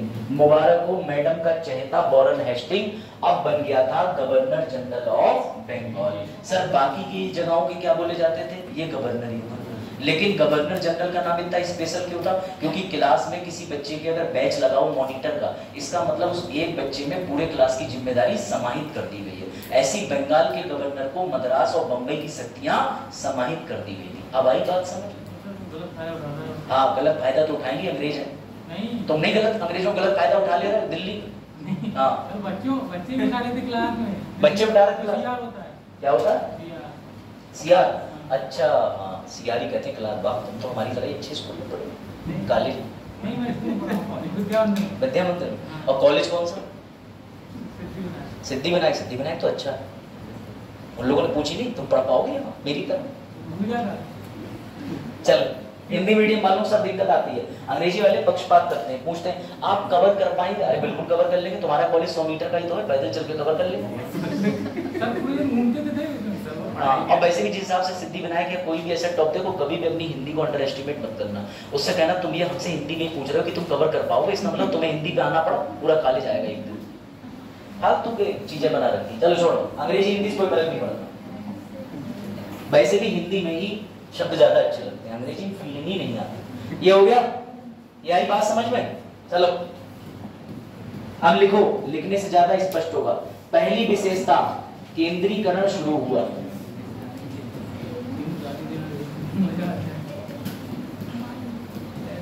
और लिखो लाइन गवर्नर ऑफ, दो जगह के, बंबई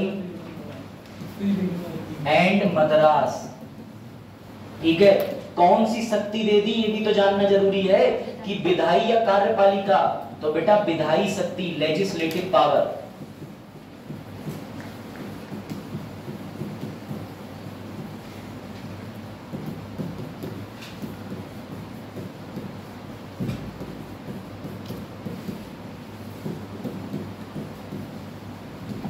अब जब शक्ति बढ़ा दी तो बंगाल का बन जाएगा गवर्नर जनरल। गवर्नर जनरल, और गवर्नर जनरल का नाम क्या था? Warren Hastings. ठीक, ये लाइन लिख लो अच्छे से, अब तुम्हें समझ भी आ जाएगी, और नहीं आई तो रट्टा लगा लो।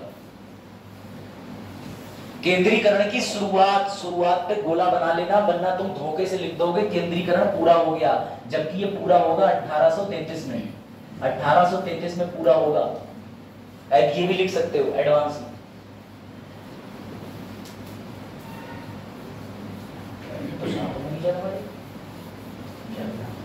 मनीषा नाम है ना? ठीक,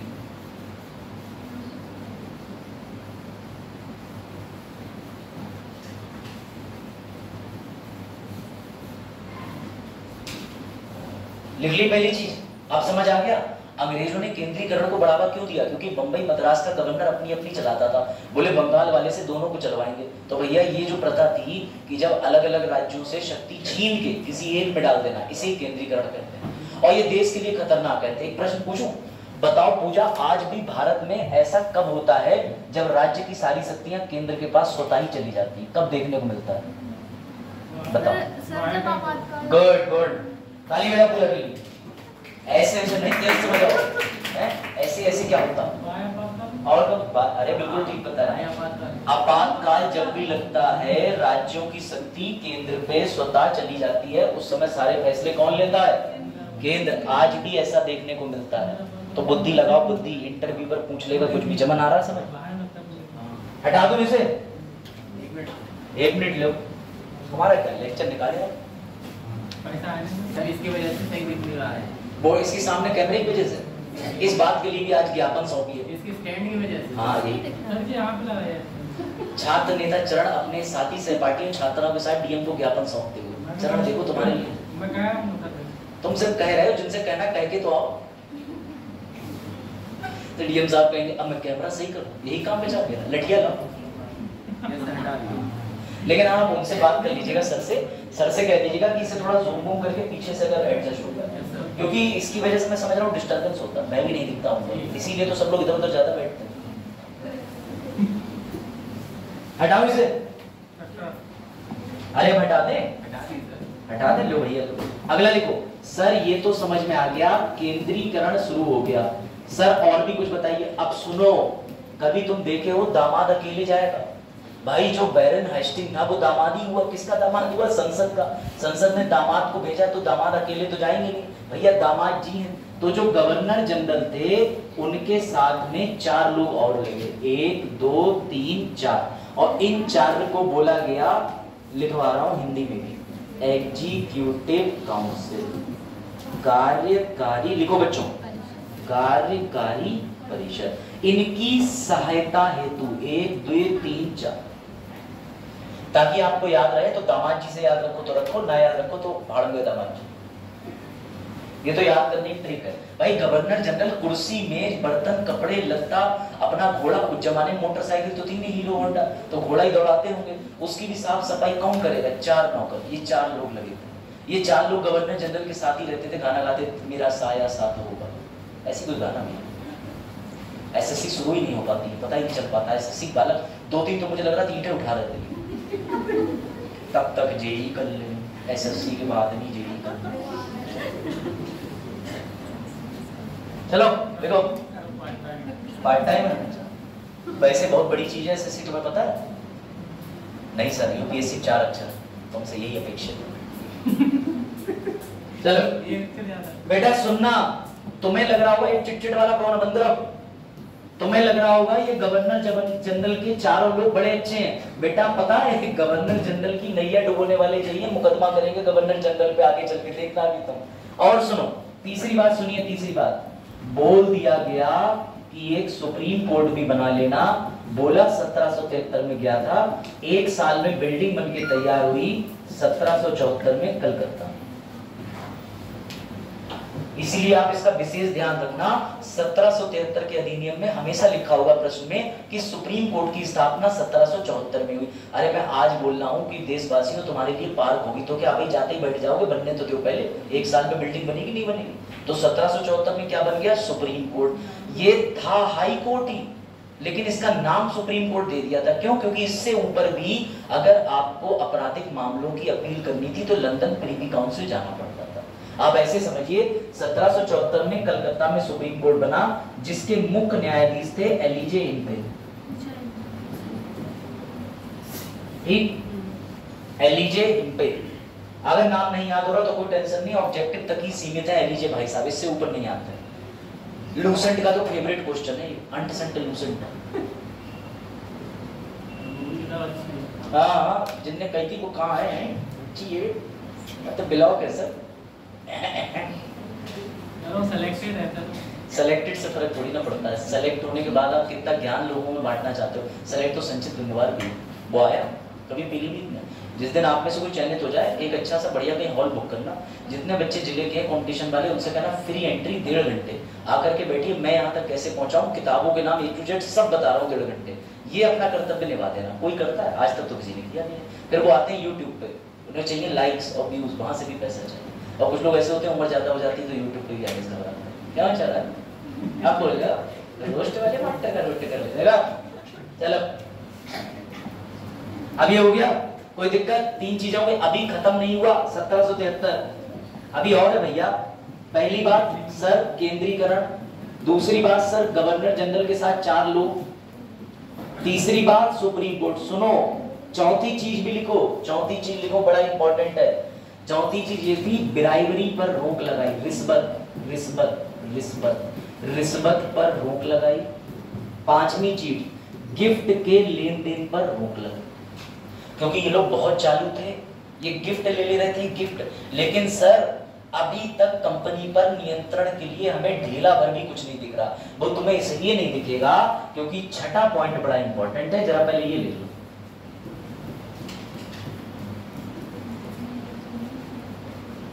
लिखो बस इतने ही है, 6 इसमें, टेंशन ना लो। ये आपके दिमाग में बैठ जाने चाहिए। ऐसे याद रखो कि सुप्रीम कोर्ट क्यों है, क्योंकि भैया कानून बन गया। कानून पहली बार कानून बन रहा है, तो कानून की व्याख्या कौन करेगा? Supreme court. तो 1773 में बच्चे अपने आप ही कानून के साथ, जो कानून के सही में रखवाले कोर्ट होते, तो कोर्ट की भी स्थापना करनी पड़ेगी। क्या ले आए? चल पानी। और क्या मिलेगा? अभी थोड़ी देर में लाइन में लगेंगे दोनों भाई, दिहाड़ी कटेगी 350 रुपया। बढ़िया है सर, बढ़िया तो है, चोरी से बढ़िया है। चोरी से बढ़िया। ये आज तो तुमने बहुत दिल छू लेने वाली बात की। चल देखो इधर, चोरी से बढ़िया, चोरी तक सोच लिए हैं, अंतिम रास्ता चोरी ही है। वाह। लिखो अगला, कोर्ट ऑफ डायरेक्टर। सुनो, नाम लिखो, नाम, निदेशक मंडल। सुनिए, ये भारत में नहीं थे, ये रहते थे ब्रिटेन, लंदन में। इनकी संख्या थी 24 और ये 24 लोग सीसीटीवी का काम करते थे। ये बजट या जितनी भी चीजें ईस्ट इंडिया कंपनी का लेन देन था वो देखते थे। सवाल आ चुका है, इनकी संख्या कितनी थी? 24। इनका कार्यालय कहां था? लंदन। कार्यालय कहां था? लंदन। तो बेटा ये 6 चीजें 1773 के कानून में निर्मित करी गई थी। लिखो। लग रहा बारिश होगी बढ़िया भाई, बादल आ गया है। राग मल्हार गा दिया तानसेन ने, तो बारिश हुई पड़ेगी। तानसेन का असली नाम क्या था? जल्दी बताओ। हाँ, कैसा तुम तैयारी कर रहे हो पीसीएस की? रामतनु पांडे। हाँ, सुखदेव। हाँ, इसका मतलब होता है एक हाथ दे, एक हाथ ले। रिश्ते की बात नहीं कर रहा हूँ, बता रहा हूँ कोई प्रो क्यों। हाँ, कहीं पता चला अर्थ बताते बताते अर्थ का अनर्थ निकल आया है ना? हाँ बेटा पूछो। आप समझ गए? इधर पीछे सायरा बराबर वाली पीछे समझ आ गया? हटा दो इसको।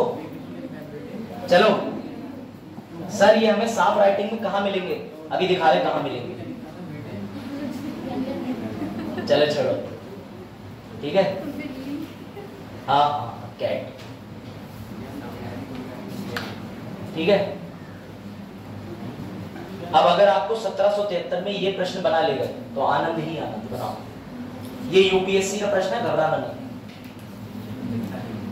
देख लिया? अच्छा, क्या करें बच्चे, आपकी बात तो ठीक है, कैमरा इसी जगह लग गया। हाँ, 1773 के रेगुलेटिंग एक्ट द्वारा पारित किया गया था। भारत में ईस्ट इंडिया कंपनी के क्षेत्र के प्रशासन पर संसदीय नियंत्रण, इतनी देर से चीख चीख के क्या बोल रहा हूं? नियंत्रण, नियंत्रण। बंगाल के गवर्नर को बंगाल का गवर्नर जनरल बनाया गया। अरे बस, भारत में प्रशासन की दोहरी प्रणाली को समाप्त करना नहीं सर, ऐसा कुछ तो आप गुड। इसका उत्तर हो जाएगा पहला और दूसरा। कोई डाउट? तुम तो सवाल बना दे रहे हो, इतने काबिल हो तुम। ये बात तो सही है। अब जरा एक बार देख लो ताकि तुम भूलो ना, मैंने सारी चीजें लिख दी हैं। केंद्रीकरण शुरू हुआ, पूरा कब हुआ? फॉरेन एस्टेट कौन बना? पर इसे अकेले कैसे छोड़ दे? तो इसकी रक्षा हेतु 4 लोग। सुप्रीम कोर्ट की स्थापना, पहला चीफ जस्टिस एलिजे इंग्रे। ईआईसी से कहा इसके लिए कितने लोग बनाए गए जांच करने के लिए? Court of director. Court of director का कार्यालय कहां था? लंदन। सेम छोड़ो। इनके लिए क्या रोक लगा दी गई? गिफ्ट और ब्राइबरी। सारे पॉइंट कवर हो रहे हैं। तो बेटा केंद्रीकरण भी समझ आ दिया मैंने तुम्हें। जब शक्तियां किसी एक में हो, केंद्रीकरण, एक से विभाजित हो जाए विकेंद्रीकरण। अरे गवर्नर जनरल के साथ 4 लोग थे। टेंशन नॉट, 4 लोगों के नाम ये रहे। अगर आपको 4 लोगों के नाम रटने का शौक है, कहीं आज तक पूछे नहीं गए, लेकिन फिर भी आपको जानना है कि ये 4 कौन थे। तो जॉन, जॉर्ज, रिचर्ड और फिलिप, ये 4 थे। कुछ इनका नाम रखने का फायदा नहीं। भारत में किसी भी बच्चे के नाम ऐसे मैच भी नहीं होते जो याद करके बच्चे का नाम रखो, इसलिए आगे बढ़ना। ठीक, आप समझ गए? चलो भैया अब शुरू करते हैं आगे का। लेकिन इस कानून में एक चीज इंपॉर्टेंट बहुत है, वो और देख लीजिए। 1773 का इतना जबरदस्त कानून जो था, बताइए 1773 का कानून क्या हो गया? अगर ये सफल हो जाता तो 1773 में सुधार करने के लिए 1781 लाना ही नहीं पड़ता। ये फेल क्यों हुआ? सुनना पलक ध्यान से बेटा। सबसे पहले तो गवर्नर जनरल अपने 4 लोगों से लड़ गए और इन 4 लोगों में एक दिक्कत थी कि इन्होंने उठा के सुप्रीम कोर्ट में केस कर दिया गवर्नर जनरल के ऊपर। वॉरेन हेस्टिंग के ऊपर मुकदमा उसी के 4 नौकरों ने डाल दिया जो सेवा के लिए रखे गए थे। तो जब आपस में विवाद है तो ये अधिनियम का काम क्या हो गया? असफल हो गया। दूसरा, गवर्नर जनरल जो था बंगाल का, उसकी मद्रास और बंबई के लोग सुनते ही नहीं थे, मानते ही नहीं थे। जब भी वो आदेश देता था कि हे बंबई के राज्यपाल, आज मैडम आ रही है विजिट करने और तुम ऐसा ऐसा कर लेना, तो वो हंसते थे ही बस। तो तो भैया गवर्नर जनरल की बड़ा तौहीन होती थी। और सुनो, ऐसे ही कहते होंगे और क्या कहते हैं। सुनो तीसरे नंबर पे, सुप्रीम कोर्ट का काम क्या होता है? कौन से विवाद निपटाना? जो न्यायालय में आएंगे किससे संबंधित? कानून से। यहां supreme court east India company से पैसे का लेन देन पूछ रहा है। बेटा बोलिए मत, आवाज आ रही है, ठीक है? चलो, तो बेटा यहाँ पर जो सुप्रीम कोर्ट था वो क्या कर रहा था? लेन देन की जांच। तुम कौन होते हो लेन देन की जांच करने वाले? तो सुप्रीम कोर्ट, गवर्नर जनरल और गवर्नर जनरल के कार्यकारी परिषद आपस में इतना बिगड़ लड़ गए कि 1773 फेल हो गया। कारण आया प्रैक्टिकल रूप से समझ में या नहीं? क्योंकि सुप्रीम कोर्ट काम कर रही थी गवर्नर जनरल का, गवर्नर जनरल उसके काम में इंटरफियर कर रहे थे, और इसी वजह से एक दूसरे के कार्य क्षेत्र में हस्तक्षेप देखने को मिला। बात आई समझ? सुप्रीम कोर्ट में केस आया था कलकत्ता में, किया गया था। हाँ, कलकत्ता वाले सुप्रीम कोर्ट की बात हो रही है। अपना वाला तैयार हुआ है 28 जनवरी 1950 में। ठीक, चलो बड़े आगे। आप सुनो ध्यान से। एक दिन जो है गाड़ी से जा रहे थे बीवी बच्चों के साथ, ठीक, BMW का लोगो लगा दे क्या? BMC बना देगा, ठीक भाई। BMW ना सही कोई और नया ब्रांड से। तो एक दिन जुनैद जा रहे थे, मिसेस जुनैद बोली हमको लग रहा है गाड़ी का टायर पंचर हो गया। तो जुनैद बोले टेंशन नॉट, अभी गाड़ी का टायर ठीक कर देता हूँ। अब बताइए, जुनैद वैसे तो पेशे से बहुत अमीर है, भाभी जी भी बहुत अमीर है। प्रश्न ये है, ये दोनों गाड़ी पंचर होने पे गाड़ी में आग लगा के गाड़ी छोड़ के चले जाएंगे, या फोन करके या स्वयं से गाड़ी का पंचर ठीक करेंगे? क्या करोगे बताओ जुनैद? हाँ भैया बताओ, गाड़ी में आग लगाएंगे? नहीं सर, गाड़ी की रिपेयरिंग कराएंगे। बताओ सर, हर बुद्धिमान आदमी यही करेगा जब तक कि आप आग ना लगा दो, ठीक है? मैं भी यही करूंगा। सुनना ध्यान से। तो बेटा 1773 कानून का दीवाला निकल गया। अब जब ये कानून उस गाड़ी की तरह हो गया जो ना आगे बढ़ रहा था ना पीछे बढ़ रहा था, तो इस गाड़ी को खत्म नहीं करा गया। इस गाड़ी में एक पंचर की व्यवस्था कर दी गई जिसका नाम था 1781 का संशोधन अधिनियम। ताकि तुम्हें याद रहे इसलिए स्टोरी सुनाई गई है। इसी का अंग्रेजी में नाम था अमेंडिंग एक्ट। लिखो 1781 अधिनियम की पहली विशेषता, ये 1773 में सुधार हेतु लाया गया था। अब आई बात समझ में? वरना तुम 1781 को कुछ और ही लिख देते। अब तुम कभी नहीं बोलोगे। 1773 के बाद, 1773 के विफल होने के बाद 1773 में सुधार हेतु लाया गया। सर इसने बहुत बड़ा सुधार करा होगा। अजी देखो सुधार क्या करा इसने। सर इनने क्या सुधार कर दिया? सर हमें तुरंत बता दो सर। सुनो, इनने एक ही काम करा, सुप्रीम कोर्ट और गवर्नर जनरल इन दोनों के क्षेत्र बता दिए कि न्यायपालिका क्या करेगी, जुडिशरी, और कार्यपालिका क्या करेगी। मुबारक हो सर, यहीं से जन्म होता है 1781 से एक नए सिद्धांत का। नाम लिखना मत भूलना, शक्तियों का, और आगे काकी के कु, आगे बताओ उ आ ई आ, बोलो। पूरी क्लास अल्फाबेट वर्णमाला चल रही है। हाँ पूछो। ऐसे ही होता है, जब शक्तियां लिखो का सब बोल देंगे, पृथक्करण कोई नहीं बोलता है। हाँ अब तो सबने बोला था, हम ही बोले। इसका जन्म कब हुआ? 1781। और मजे की बात सुनो, ये आज के कानून में भी जिंदा है। बताओ कौन से आर्टिकल में लिखा है वर्तमान? जल्दी बताओ। आज के कॉन्स्टिट्यूशन में ये न्यायपालिका बनाम कार्यपालिका कौन से आर्टिकल में लिखा है? हिंट दे दे रहा हूं, बीपीएससी में। गुड, 51 नहीं 50। इसमें लिखा है कि न्यायपालिका कार्यपालिका हमेशा क्या करेगी? अलग अलग, सेपरेशन, डिवोर्स। समझ गए? कभी एक में डाला नहीं तो केशव नंदा भारती केस याद कर लेना बेटा। इसे ऐसे भी याद कर सकते हो, 50-50, आधा आधा, जुडिशरी एग्जीक्यूटिव 50-50। आप समझ आया? 1781 ने क्या करा? 1781 ने सुप्रीम कोर्ट के गवर्नर जनरल के झगड़े को निपटा दिया। लेकिन इनके साथ जो 4 दुष्ट थे, वो 4 दुष्ट अपनी बातों पे कायम रहे। हम तो मुकदमा करके गवर्नर जनरल की कुर्सी खा के ही मानेंगे। देखते हैं आगे क्या। तो 1781 में सिर्फ एकमात्र इशारा क्या किया गया? सुधार किया गया। क्या किया गया? तुम भी बताओ सर।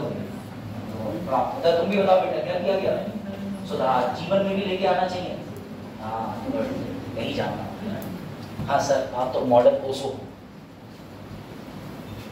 समझ आया? 1781 में एक ही काम करा, शक्तियों का पृथक्कीकरण का सिद्धांत दिया। अब बढ़े आगे, इसको हटा दो।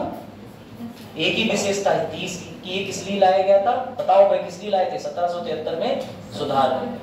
अब आएगा तुम्हें मजा।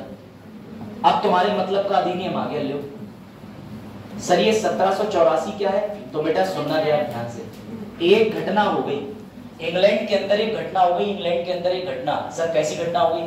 जरा मुझे ये बताओ, मोदी जी की उम्र कितनी है अभी वर्तमान में? मजा आ जाएगा तुम्हें। ये जो मैं टॉपिक पढ़ा रहा हूँ ये इसी साल का मजेदार है, अगले साल ये टॉपिक बेकार हो जाएगा। मोदी जी की उम्र नहीं पूछ सकता, अभी वाली उम्र मायने करती है। बताओ। गलत। अच्छा 72, 74, 78, एकदम जो बाइडेन पे आ जाना, चौलाची। अरे मेरे स्टैमरिंग करते हुए भोले बच्चों, मोदी जी कितने के हैं? कश्मीर की धज्जियां उड़ा दी। सुनना जरा ध्यान से। अकेले 74 साल के दादाजी की उम्र के आदमी ने 370 का मुद्दा, बाबरी मस्जिद को राम मंदिर वाला मुद्दा, इसके अलावा सर्जिकल स्ट्राइक, इसके अलावा नोटबंदी। 74 साल के आदमी की बुद्धि की समझ और स्टेमिना देख के तो तुम्हारा पूरा देश 2014 से घबराया हुआ है, घबराया हुआ।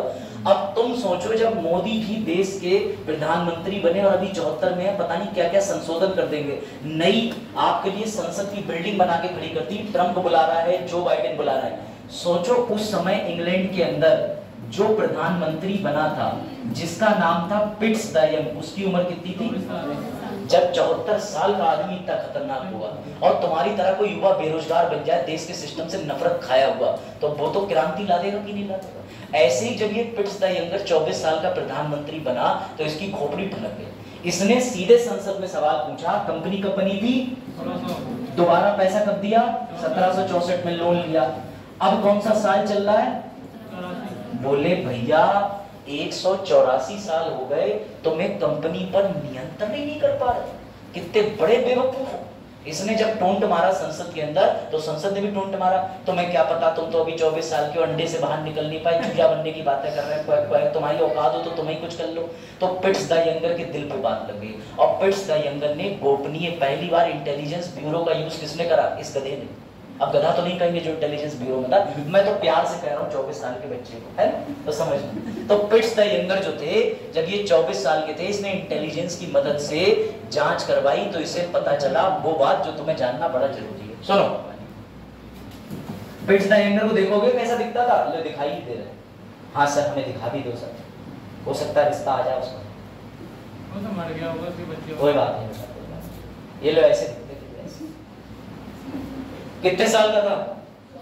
और ज्यादा जिया भी नहीं, ज्यादा जीने की तमन्ना भी नहीं थी। 46 साल में निकल लिए बाबूजी। ये कब बना? ये 1783 में बना था। और जैसे ही दिसंबर में बना, इसे जोश आ गया, बोले 1784 आ रहा है, ये साल दूसरा था, वो साल दूसरा है, मैं तो कुछ करके ही माना। तो भैया लोग दुखी हो गए, लोग बोले ये तो अल्ताफ राजा भक्त निकला, अब कुछ तो करेगा। चल अब देखना भैया, इस आदमी ने अपनी रिसर्च कराई तो इसे ये पता चला कि ईस्ट इंडिया कंपनी क्यों नहीं खत्म हो रही। सुनो मजा आ जाएगा। बोले 4 तरीके की शक्तियां होती हैं, 4 तरीके की। वो चारों शक्तियां ईस्ट इंडिया कंपनी में थी। पहली, भारत में सबसे मजबूत शक्ति कौन सी है? राजनीतिक के अलावा दूसरी सबसे मजबूत, उसके बाद में और सबसे खतरनाक शक्ति जो है वो होती है वाणिज्य। वाणिज्य का मतलब समझते हो? पैसा, पैसा, आर्थिक, आर्थिक। बेटा पिट्स द यंगर का दिमाग घूम गया। 24 साल के लड़के ने बुद्धि लगाई। ये लास्ट चीज है, इसके बाद में फिर क्वेश्चंस पर डिस्कस करेंगे, यही तक है समझने के लिए। 1784 तक पिट्स द यंगर बोला कि 1784 में इसकी टीम ने एक बात बताई। बोले पता है बाबूजी कंपनी को क्यों नहीं खत्म कर पा रहे? बोले कंपनी पे राजनीतिक शक्ति भी है, सैन्य प्रशासनिक भी है, वाणिज्य भी है। तुम्हारी संसद बैठी है ब्रिटेन में, तुम उखाड़ के लोगे उसका। तो पिट्स द यंगर ने उसी समय चाकू उठाया। सर फिर से बंदर मर गया होगा कोई? नहीं बेटा, वो तो बंदर इनने मारा था सौम्या ने। सुनो, पिट्स द यंगर ने चाकू उठाया और चाकू उठाने के बाद जे कट मारा ऐसे करके। बोले आज के बाद में मैं बुद्धि का काम करूंगा। ईस्ट इंडिया कंपनी सिर्फ वाणिज्य मामले देखेगी और ये तीनों मामले जो देखेगी वो कौन देखेगी? संसद। 1784 में बड़े प्यार से इसे ही बोला जाता है। सवाल है, दोहरी सरकार, दोहरा शासन, ड्यूल गवर्नमेंट किसे कहते हैं? तो पिट्स द यंगर ने दोहरी सरकार का निर्माण किया। अब समझे, जो ये सारे काम देखेगी बड़े बड़े, उसका नाम बी से होगा, ठीक है, बोर्ड ऑफ कंट्रोल। जो ये छोटे छोटे काम देखेगी वो ही है जिसका नाम था सीओडी। दोहरी सरकार बन गई, दोहरी सरकार बन गई। अब सर थोड़ा सा साफ राइटिंग में भी दिखाते हो सर, ले भैया साफ राइटिंग में देखिए। इनने क्या उठा लिया? इनने उठा लिया चक्कू, और आलू काटने के लिए नहीं, इसने ये देखा ये कैसे। अब समझे, इसने राजनीतिक, मिलिट्री और प्रशासनिक शक्तियों को अलग कर दिया। वाणिज्य से की डियर कंपनी, आज से तुम क्या देखोगे? सिर्फ पैसे का लेन देन।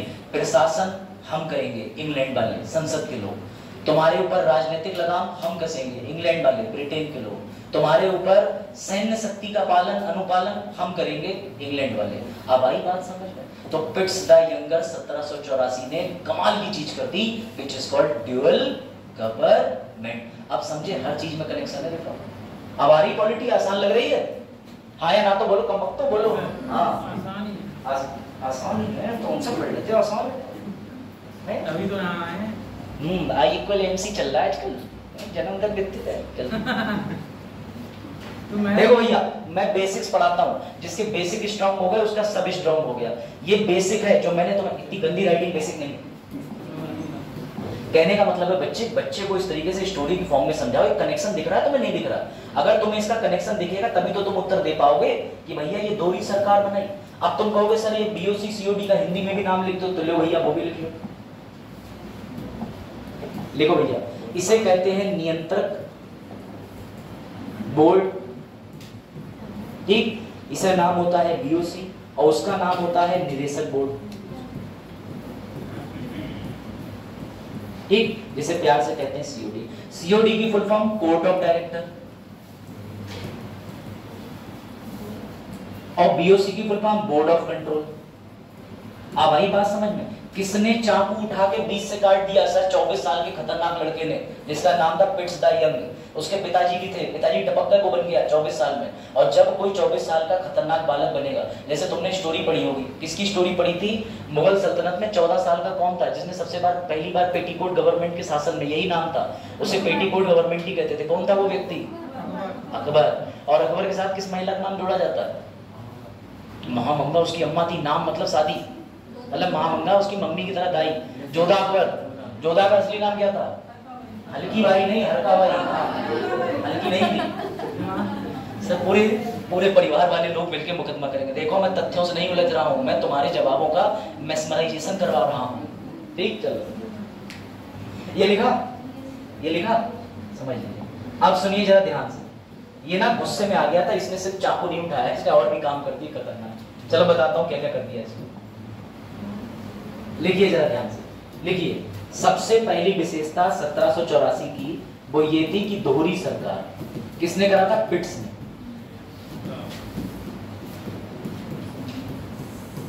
सुनो, इसे द्वैध शासन भी बोलते हैं, तो घबराना मत, कहीं द्वैध शासन काट आओ। द्वैध शासन दोहरी सरकार एक ही चीज है। इसने क्या बनाया? बीओसी बनाम सीओडी। कोई दिक्कत?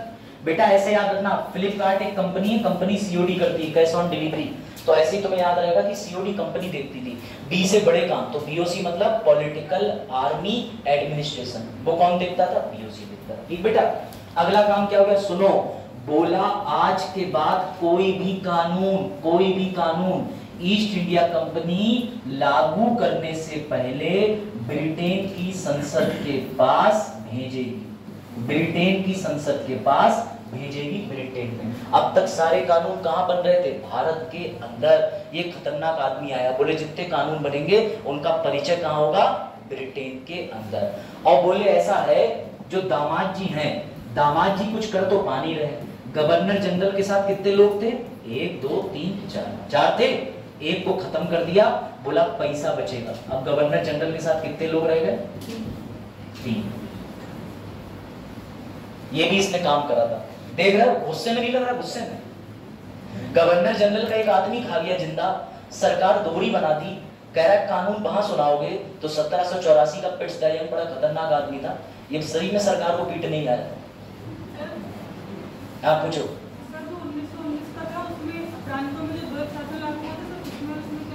बेटा हम उस पर भी आ ही कहा, उसमें हम तब भी अंतर बताते रहे। 1919 का द्वैध शासन लागू ही नहीं हुआ था, यही तो गलती है। 1919 में दायार्ची लागू हुई थी, बाइकैमरलिज्म हुआ था।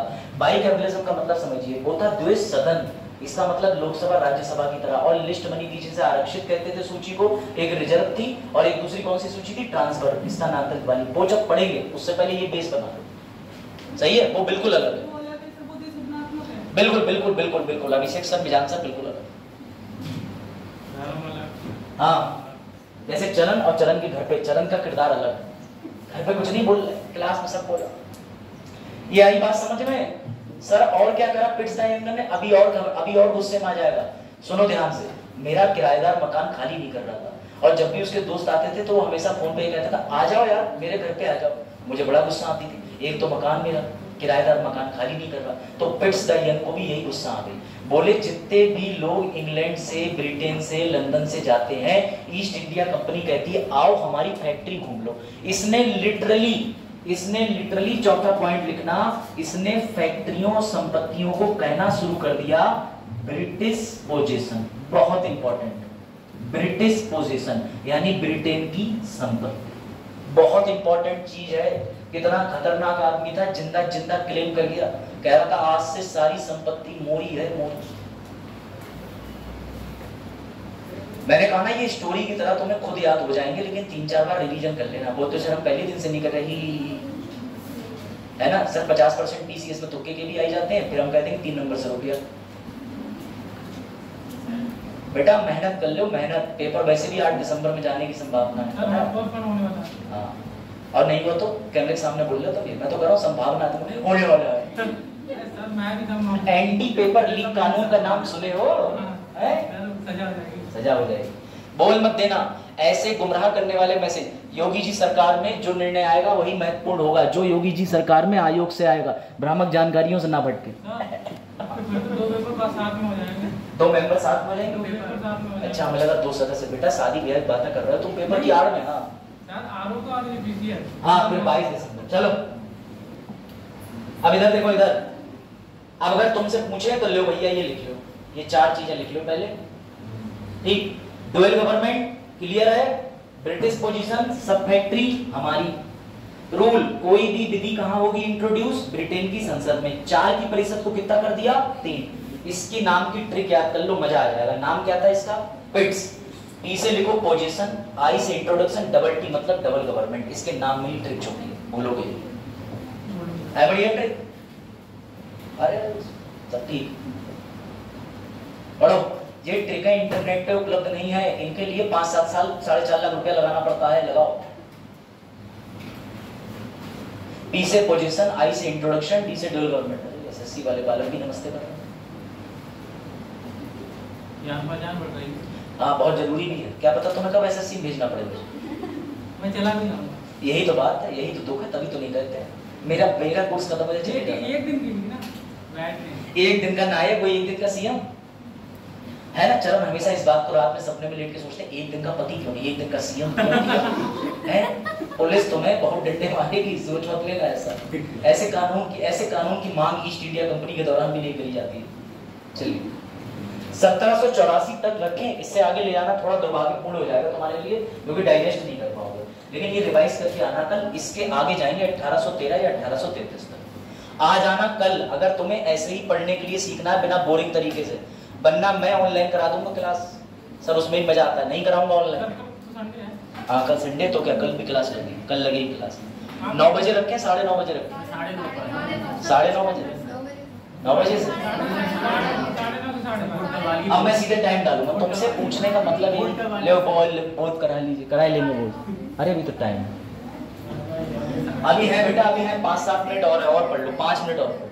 चलो अब तुम्हारे लिए एक और प्रश्न है, भयानक प्रश्न। लो अब देखें इस प्रश्न का उत्तर कौन बालक या बालिकी दे पाएगी। अगर तुमने इसका उत्तर दे दिया तो उत्तर वैसे दिखा भी था, पढ़ो, दिख रहा है सबको। 1773 के कानून पे मैंने पूछा है, 84 पे नहीं पूछा है। समझ में आई बात? नहीं गलत उत्तर मार के खुश हो ले। हाँ कौन कह रहा ऑप्शन सी? Very good. क्या नाम तुम्हारा? नेहा। अरे वाह, चलो भैया विकास जी इलेक्ट्रिक स्कूटी कोई बात नहीं, मेरे पास भी इलेक्ट्रिक स्कूटी है एक तरफ और उसमें खराब हो चुकी है। नहीं है, मैं देख के आया हूँ। तो यही तो दिक्कत है। चरण जो है हमारे घर के थोड़ा आगे एक और ऐसी शॉप है जिसमें कुछ और पदार्थ मेरा उधर से रास्ता है मेरा उधर जाने का। चलो ये तो बात है, आप जाते उधर ही से। अब इसका उत्तर दो जल्दी, बहुत हो गया। आओ दीजिए इसका उत्तर। सी तो हो गया का सी बताया जा रहा है, सी। चलिए भैया पहले चेक करते हैं सारे बिंदु। क्या 1774 में सुप्रीम कोर्ट बना था? बना था सर। बंगाल के गवर्नर जनरल के लिए कार्यकारी परिषद बनाई कितने लोगों की? 4 लोगों की। इसने बॉम्बे मद्रास प्रेसिडेंसी के गवर्नर को बंगाल के गवर्नर जनरल के अधीन कर दिया। गुड। इसने राजनीतिक मामलों के प्रबंधन के लिए नियंत्रक बोर्ड की स्थापना की। खाली ये नहीं 77 नहीं की थी। क्योंकि ये स्थापना 1784 में करेगी, इसलिए प्रश्नामक यूपीएससी का क्वेश्चन है। सही उत्तर होगा 1 2 3। ऐसे ही प्यारे प्यारे क्वेश्चन आते हैं यूपीएससी, ज्यादा खतरनाक नहीं। चलो तब तक मैं तुम्हें एक बढ़िया चीज बता दे रहा हूँ, ठीक है? चलो डोमिनोज पीलीभीत तो खुल गया, पता है? Yes sir. अभी रुको मैं तुम्हें डोमिनोज का नुकसान बताता हूँ, पहले ये देखो। हाँ बता, डोमिनोज खुल गया। बच्चा चली नहीं गई आप, क्लास की छुट्टी मारो तुम। बेटा पिट्स द यंग का एक्ट भी फेल हो गया, दुख की बात है। क्यों फेल हो गया? सुनो, इसकी दोहरी सरकार आपस में लड़ती रहती थी, गवर्नर जनरल सुप्रीम कोर्ट की तरह। बीओसी कहते थे भाग यहां से, सीओडी कहता था तू भाग यहां से। तो ये कुत्ता बिल्ली टॉम एंड जेरी होता था। कारण समझो, तुमने राजनीतिक, प्रशासनिक और सेना के काम दे दिए बोर्ड को, सिर्फ पैसों का लेन देन किसे दिया है? कंपनी को। अब कोई जमीन लेने गया तो जमीन लेना प्रशासनिक काम है, पैसे का लेन देन करना कंपनी के सीओडी का काम है। दोनों लड़ेंगे कि नहीं? एक को तुमने पैसे का काम दिया है, एक को प्रशासन का दिया है, तो दोनों लोग ये लड़ते थे ये तो मेरा काम है। वो कहता था पैसा मैं दूंगा, वो कहता था मैं दूंगा, तो इस वजह से लड़ाई हो गई। दूसरा, गवर्नर जनरल की ना बीओसी सुनते थे ना सीओडी सुनते थे, ये हमेशा दुख में रहता था। रोतड़ू औरत हमेशा इधर से उधर, समझ गए? अब आओ अगला, एक और लिखो। तो इससे क्या डॉक्ट्राइन निकलता है कि लॉ हमेशा कैसा होना चाहिए? क्लियर। ठीक है, ये बात आई समझ में कि नहीं?